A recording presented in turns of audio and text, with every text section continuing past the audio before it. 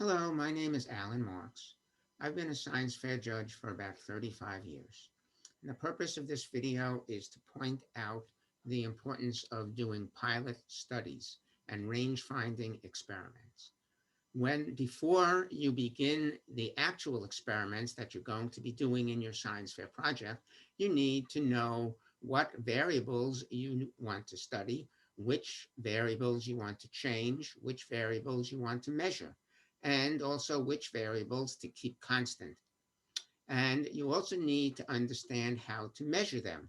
And oftentimes there are several different ways of measuring the same thing.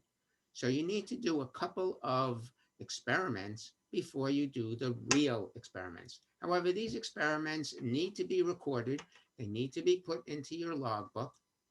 And in most cases, scientists recommend that anytime you start a study, you spend up to about 25% of your time and effort in doing these pilot studies. And that way, you're in a better position to actually do the real studies.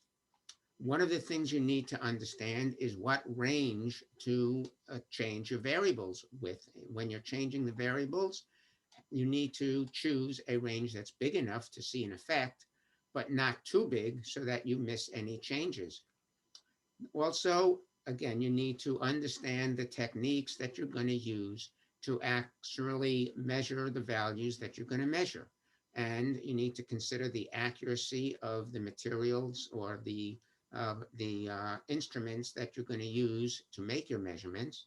And you also want to do it in such a way as not to introduce uh, additional variability. Thank you for your time and hope you have a good science fair.